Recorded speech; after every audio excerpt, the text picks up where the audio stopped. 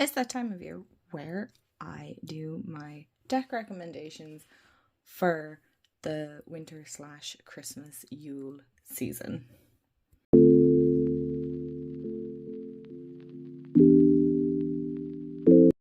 Hey everyone, and welcome back to my channel, or welcome to my channel if you're new. Hi, I'm Mand. So today, as you can tell by the title, is the top eight decks that I would recommend for the Christmas/Yule/winter season this year.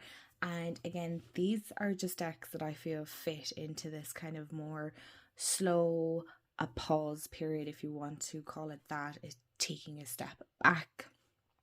A lot of us I've heard the term wintering, which is very cool. I kind of like that idea.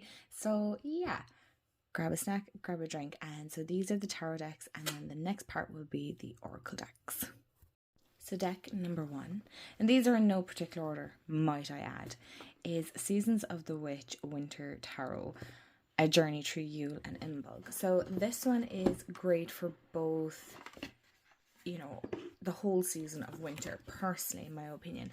This guidebook, stunning, beautiful. I'm currently working with this deck at the moment, and I'm really loving it, especially the guidebook. I have to say, I do tend to spend a bit more time in the guidebook. I do have walkthrough of this deck, so if you want to see a more in-depth version. But this one is great for that slowing down and rest period that a lot of us might be going through. I know winter, or especially coming up to Christmas, can be completely manic for a lot of people, right? It can be so busy, and we have so much going on between events and commitments. So while winter is seen as a period of slowing down, sometimes for some of us it is the busiest time of year along with the summer. So maybe you look forward to spring because it's a little bit easier. But I'm loving this. I'm loving kind of the chill of this deck, right? So we don't get a lot of snow here in Ireland. Trust me, when we do, it's absolute mayhem. But this is so perfect if you want that winter chill. So if you're in kind of a warmer part of the world and you want to experience that little bit of a chill, not that this is a cold deck, it's not, it's just, it encaptures the winter and feeling so good. So sticking with that kind of Christmassy Yule theme, I always mention this is the Yuletide Tarot. So for anybody that wants the pure nostalgic of a Christmas/Yule, then this is definitely the deck. Might I add, this guidebook is massive. It's huge. It's amazing. I absolutely love it.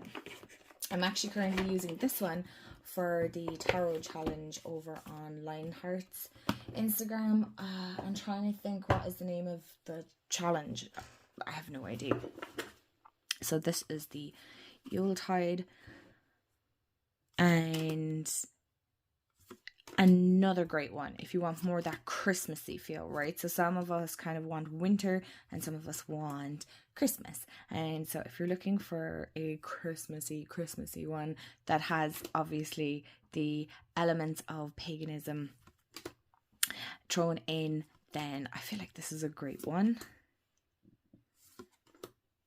It's so good. And of course there's a deck called Sinterklaas, which I love because with having Dutch heritage, that is so cool to see in a deck.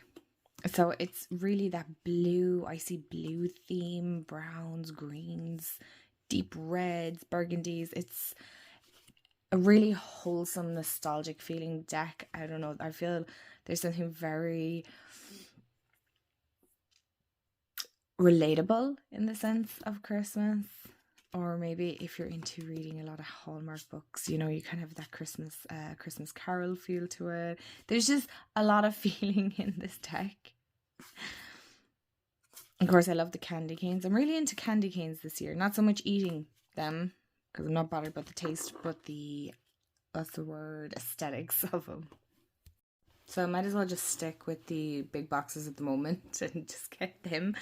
So the next one that I would recommend is the Witch Sister Tarot by Julia Jeffrey. Now, I know a lot of people might say this is more a an autumn deck. And while I do agree, again, another beautiful chunky guidebook. I mean, Llewellyn smashed it in that sense with guidebooks, honestly. But I feel like, now I'm not sure if I'll get around to working with this, but I know I have some beautiful followers here that might like the darker aspects of this. And so a lot of you might feel drawn to doing a bit more inner shadow side of work. Excuse me. And so there's something very dark and mysterious and deep about this deck. It's very thought-provoking. There's so much beauty to be found. I love the way there's like so many different age representation as well, which is pretty awesome. That's really cool to see. And then you have like animals in it, and it's not one that I have worked with a whole pile, but when I have, profound readings. Oh my god. Okay, YouTube, let's move along swiftly. I forgot there's like slight nudity in this, and we'll leave it at that with this one. But it is a very deep dive deck, so if you're looking for something to kind of sink your teeth into this season, you know, with the evenings being longer and the days being shorter, then I feel like this is going to be a great one to really dive and explore.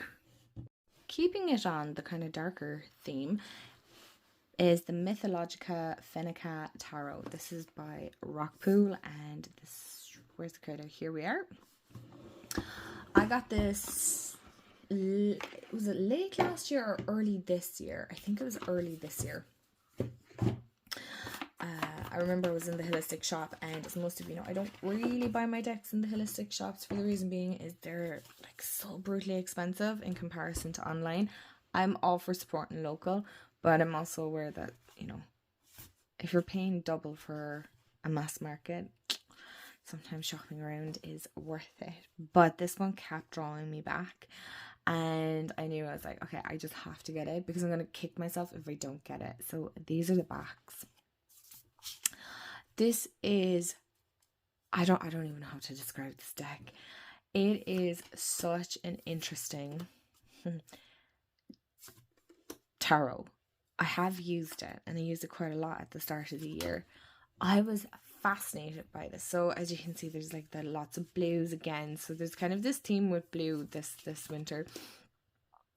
But I loved how deep and how this kind of spoke to my subconscious more than what I was consciously aware of. Does that make sense? So it resonated in a sense where my subconscious mind, right, understood it. But me man here right now was kind of like, I'm not really sure, but there was that inner knowing. So sometimes I feel like I understand what the card is trying to say to me, but trying to write it down and articulate it is not always possible. And, you know, trying to do journaling on it, it's hard to find the words, especially straight away, because your brain sometimes, well, my brain anyway, I feel needs that time to process a little. But this is a super interesting one, and I've really enjoyed working with it, and I love the folklore in it. And I'll show you the guidebook, because I know I have a lot of people that love guidebooks here. And again, it's that big chunky guidebook with our keywords, and then the myth, and then the message. And I just, like, you got messages from reading the folklore, I should say that way, and then the messages, and then combining them together. It was just beautiful. So I really feel like this is a very winter deck, because again, it's that kind of darker, deeper diving in. So the next one on the list is the Witch's Wisdom Tarot. Now, I know a lot of you like when I leave the here, sorry, in case you want to take a screenshot, when I leave the boxes there, but some of them are just too big, they won't fit. It's been a while. Oh my gosh, my friend. This has been a while. I love this deck. But I feel like now, if you're a beginner, you're starting out, this might not be the best deck. But then again, there is guidebooks. So, I'm all here for recommending decks for beginners. But at the end of the day, you know what speaks to you, right? I can only make suggestions. And again, these are just my recommendations. But I feel like this is a great one for my more witchy side of tarot lovers, right? And more elemental. So, excuse me, I feel like while the earth is slowing down and the animals are kind of hibernating and stuff, there's a lot of animals that are quite vibrant and they're quite excited, right? And very vocal, and birds around here are just so vocal. But I feel like this deck is, again, it's another deep deck. A lot of these decks are quite deep diving is the word I'm looking for. And again, this is just a fabulous one. There's lovely like folklore within it and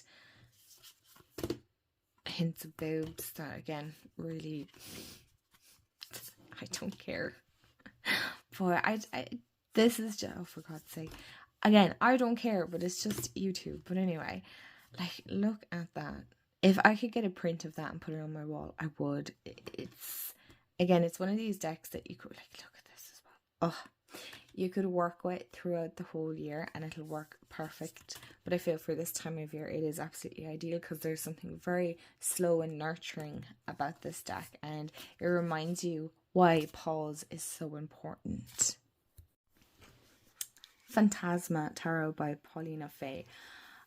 Okay, I didn't expect to fall in love with this deck as much as I did, right?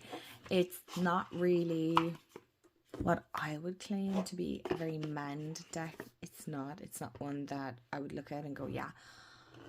But I picked it up because I kind of wanted to step out of my comfort zone and I wanted to pick decks that kind of challenge me.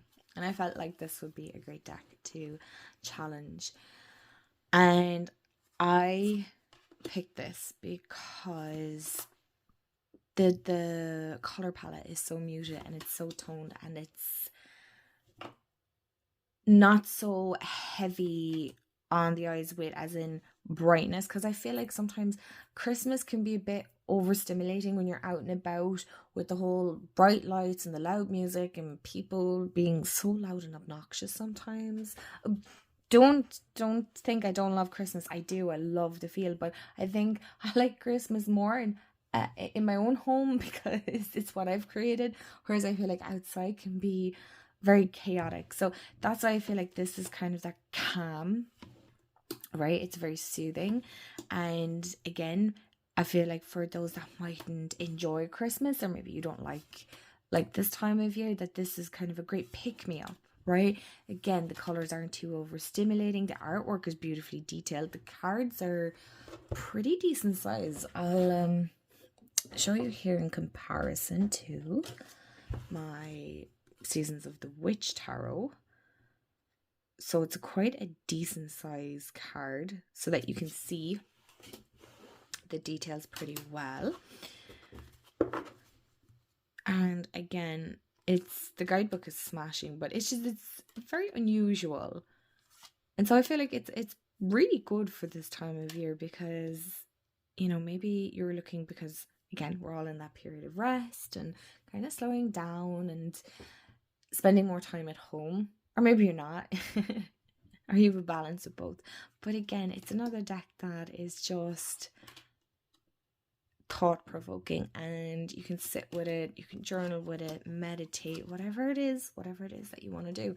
This is great. And like, look at that color palette. It is beautiful. It's so soothing and calm and not in your face. I mean, you could do a whole 3-card spread there and not get overwhelmed by it,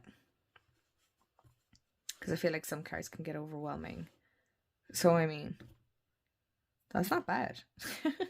that's actually all right. The next one is kind of for my lovers of all things fantasy and maybe like an all year round type deck. And there's actually two, I realised, but the Hedgewitch Tarot.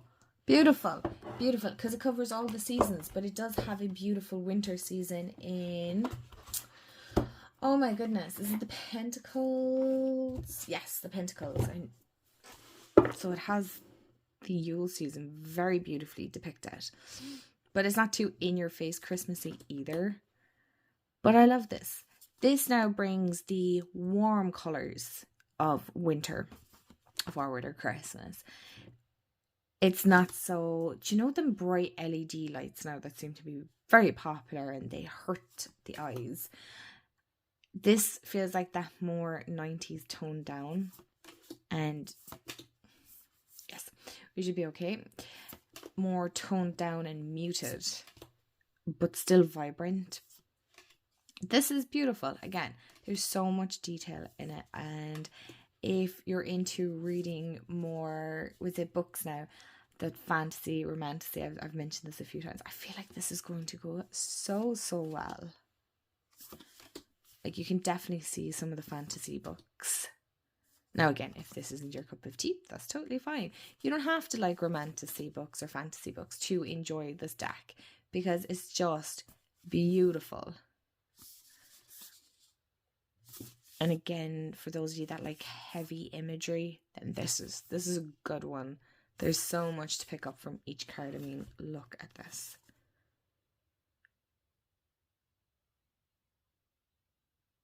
Beautiful.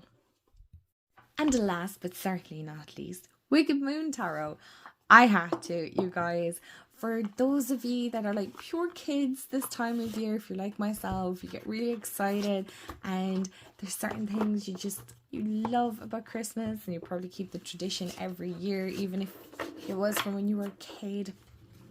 And I really do. I turn into a pure big child this time of year. I had to mention the Wicked Moon Tarot because, again, this is such an amazing one all year round. But it just speaks to my inner child. And I love the way this tells a really beautiful story throughout the cards. Like, we're following a character. And it's really... I see a lot of people doing these RPG readings or stories with their tarot.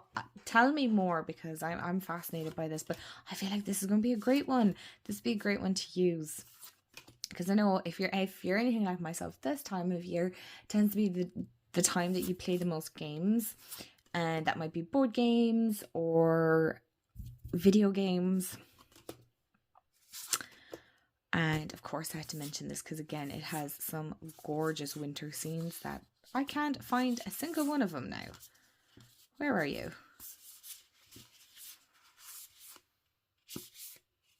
Okay. Well, oh, there we go. A little bit. But I love it. I just love the oddity and the little characters, and they're just adorable. So if you like that more childlike wonder deck, that, you know, the whole excitement of Santa and just it's just magical, then I feel like this would be a great one for that, like, Christmas magic.